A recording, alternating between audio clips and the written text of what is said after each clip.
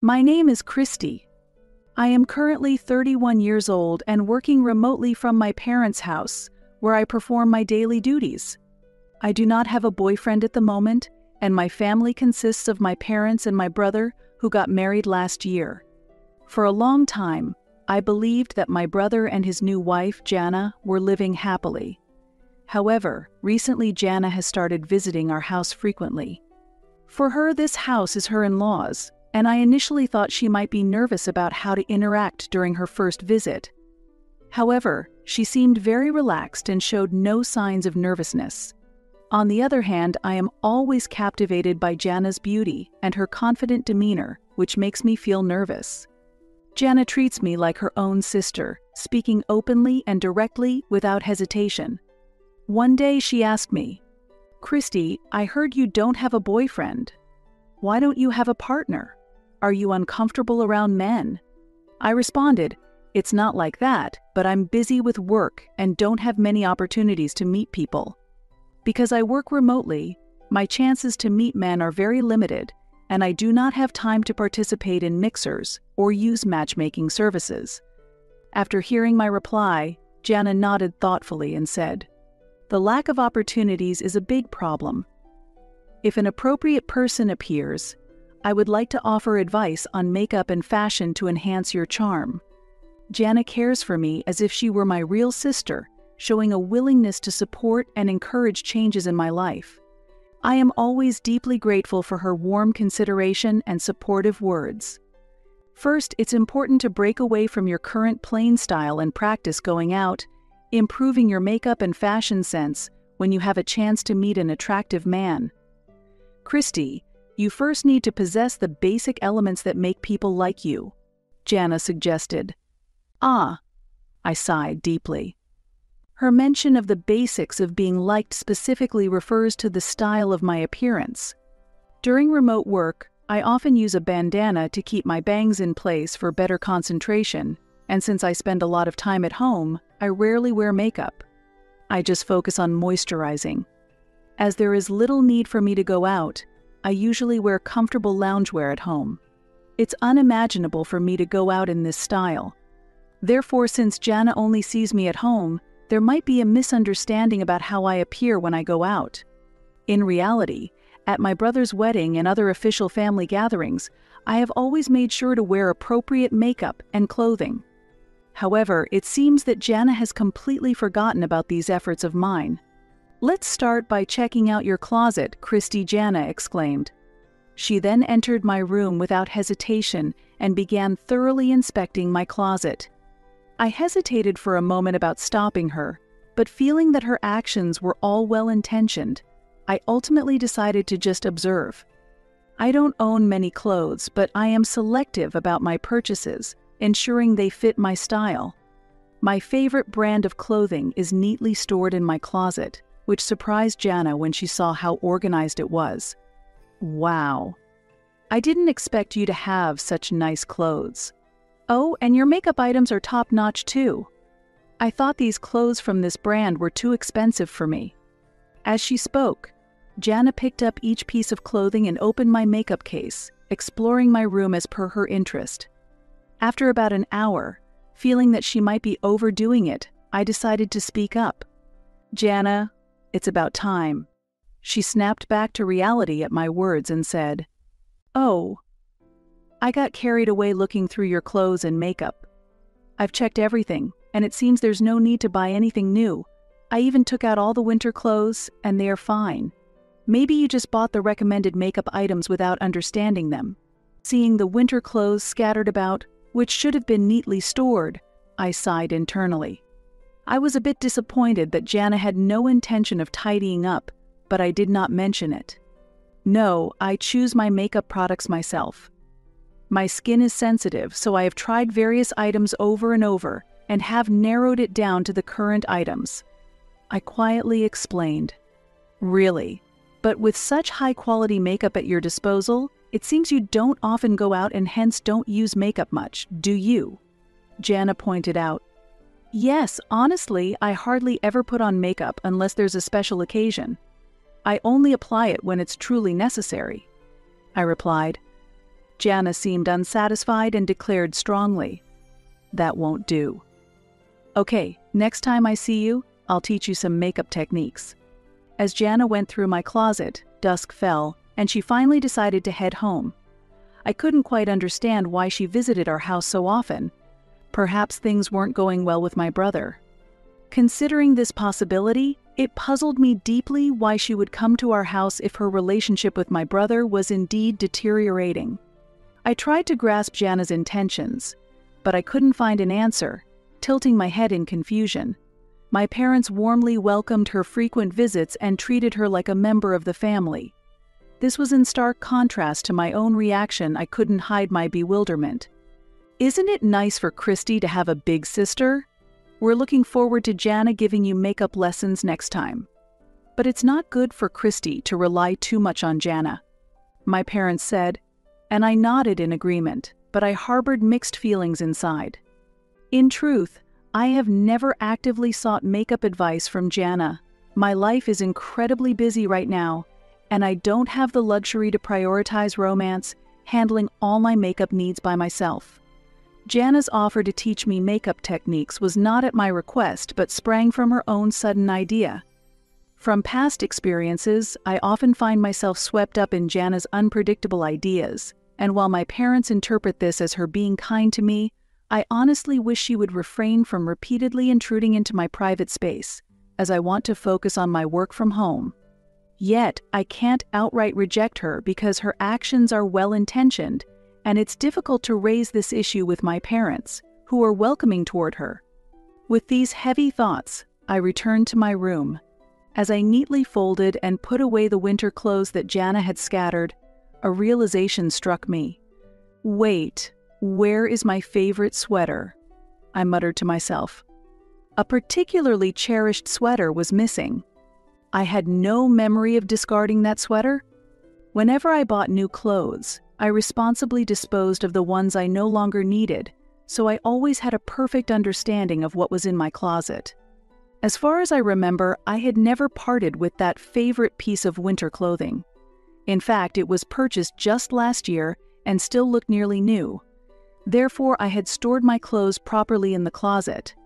The last time that closet was opened was actually today, when Jana was rummaging through my room. During that time, I went to the living room to ask my parents to prepare some warm tea and snacks for Jana, leaving her alone for a while.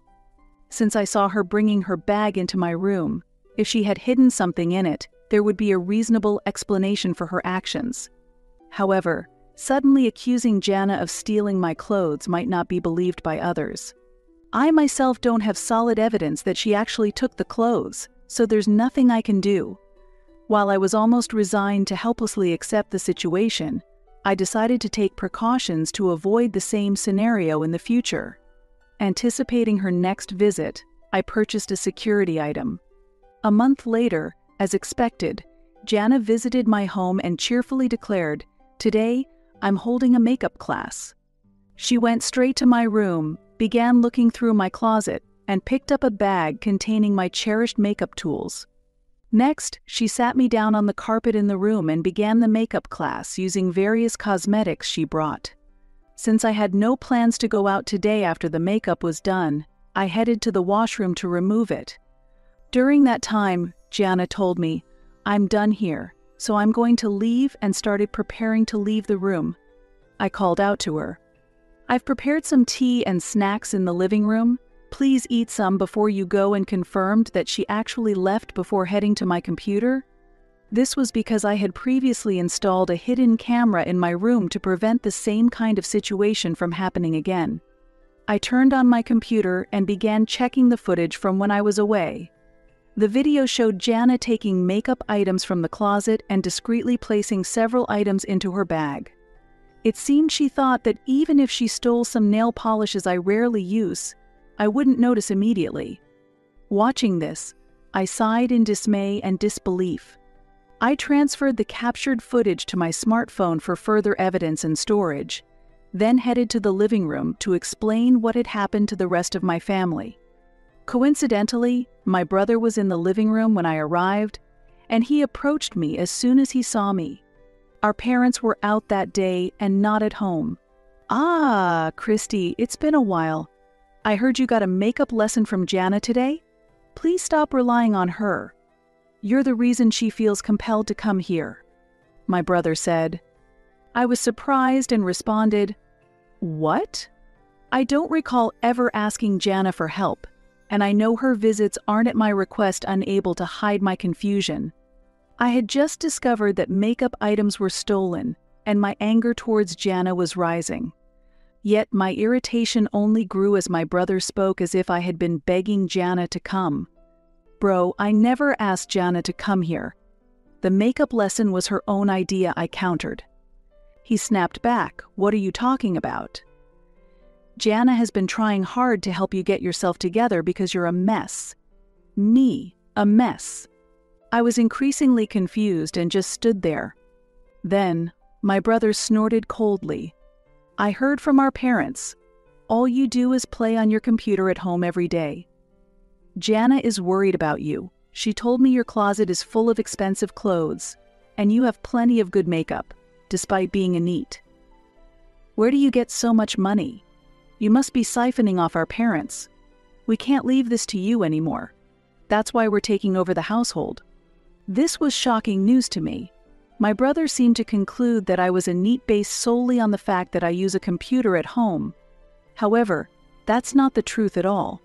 I earn a solid income through my work from home, and my lack of social outings doesn't mean I'm not actively participating in society. I believed that my parents supported me and understood my situation. I was confident that they would never tell me to leave the house. So when my parents just came home, I decided to act immediately. I relayed my brother's harsh words to them and asked for their help in calming him down. However, my parents didn't immediately try to convince my brother and seemed deeply troubled. They hummed and hawed, apparently pondering something. In a state of urgency, I pressed our parents for clarity. Scott says he's going to live here, but are you really okay with that, Dad and Mom? I asked. Dad quietly responded, Well, if Scott wants to live here, I see no reason to object. Mom seemed to agree, saying, Indeed, Jana is a wonderful person, and it might be fun for all of us to live together in this house. Hearing these words, I was completely at a loss for words. At that moment, Scott, standing behind me, wore a triumphant expression and raised his voice. Unlike you, a NEET who just stays at home, I actually earn money and have a wife. Nobody needs someone like you. I immediately retorted, I am not a NEET. I work from home. However, Scott continued, dismissively, Oh, work from home? That's what pathetic people who have dropped out of society do. It's not much different from being a NEET. His words further disheartened me, and I was pained by the deepening rift within our family. His understanding of work from home is mistaken. Many companies nowadays endorse remote work, and plenty of people are fully employed and earning from it.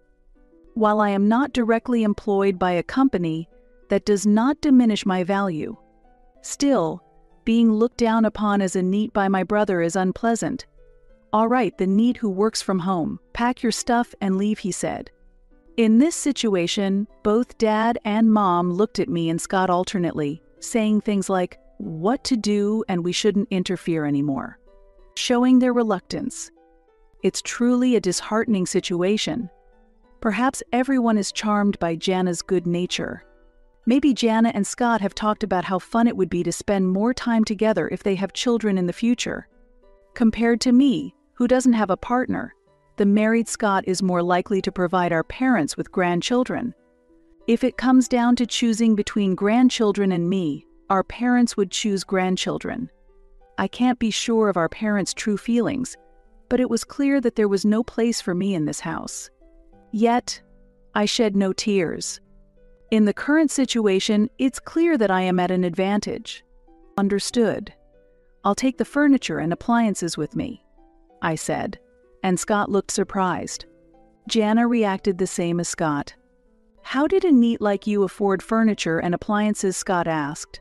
Check with Dad and Mom. The furniture and appliances we got after you moved out were all paid for by me, I responded. After that, I left the room to pack my things and contact some acquaintances.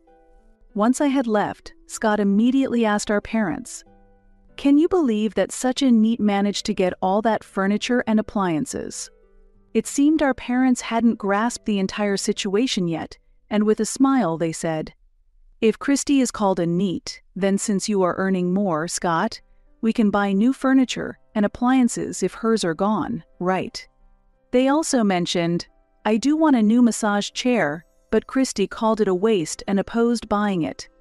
My parents have always been optimistic, and I think they are not worried because Scott, who works at a company, earns well enough even after I leave this house. In fact, Dad tends to spend more than I earn, and I have been paying the property taxes on this house for a long time. They probably hadn't told Scott that fact. Our parents are the type not to share their disadvantages with others. Even as Scott repeatedly brought up money issues, our parents only responded with a laugh. "We're at ease because you are here, Scott." I watched this exchange from the stairs while simultaneously making calls for my moving preparations. The next day, I was set to move my furniture and belongings to an apartment I had previously chosen. I had asked several acquaintances to help with the move, and everything was planned to proceed smoothly. Scott and Jana were deep in conversation with our parents late into the night, but it seemed they were having difficulty connecting. Meanwhile, I took a brief nap and packed my belongings into boxes. The next day, with the help of my friends, packing was completed and the movers arrived. Fortunately, a friend of mine owns the moving company, and since it was a slow period for moves, it was very helpful. As furniture and appliances were being moved out of the house, Scott and Jana looked stunned. I asked the movers to do a final check of the house, and after confirmation, the truck departed for my new home. "Ms. Christie, shall we head to your new place? I'm sorry for suddenly asking you to help with the move." "Don't mention it. When you said you wanted to set up a new writing environment, I promised to help. It's no trouble at all." "Writing?" Up until then, Jana, who had been silent in surprise, suddenly spoke to me. "Yes, I am actually a novelist. This man here is my editor. I've been planning to move out of my parents' house for a long time to create a better environment for writing. Someone would enter my room without permission and take my clothes and makeup. I wanted to move out sooner. But I couldn't because I was paying the property taxes on this house. That's when Scott and you came and started saying you would live here. I'm so grateful you are here to take care of our parents who love gambling. I don't plan to tell you all where my new place is. I can't stand the thought of a thieving sister-in-law coming over. Oh, and since this house is in my name, I plan to sell it." As I spoke, I pulled out my smartphone and played a video of Jana stealing my cosmetics and putting them in her bag. Seeing this, Jana's face turned pale. My brother and parents, who were not yet aware of her stealing, then looked at her with cold eyes. "Jana, it's not what it looks like." Scott said Christy was a NEET, and it seemed so wrong that a NEET would have expensive cosmetics and clothes. I thought I was doing her a favor by taking them. Regardless of her excuses, the fact remains she stole my things, and she is a thief. I shrugged and said, "Well, this is a good moment to cut ties with everyone." After that, I got into the car driven by my editor. Just before leaving the family home, Scott and Jana were arguing with our parents. If they started fighting in front of the house, the neighbors would surely intervene.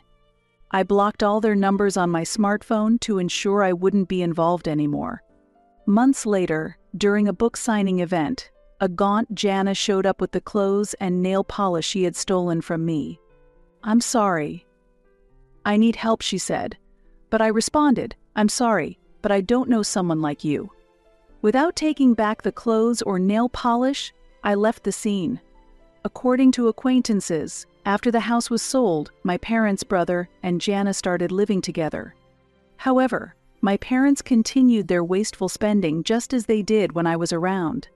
As a result, it seems Scott has stopped providing financial support since his income alone wasn't enough to sustain them. I heard that my parents suddenly became aggressive and started taking it out on Jana and Scott.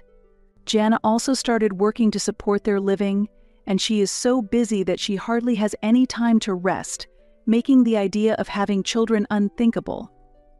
Since I am no longer involved, I occasionally hear about their situation while I focus on my writing quietly at my new home.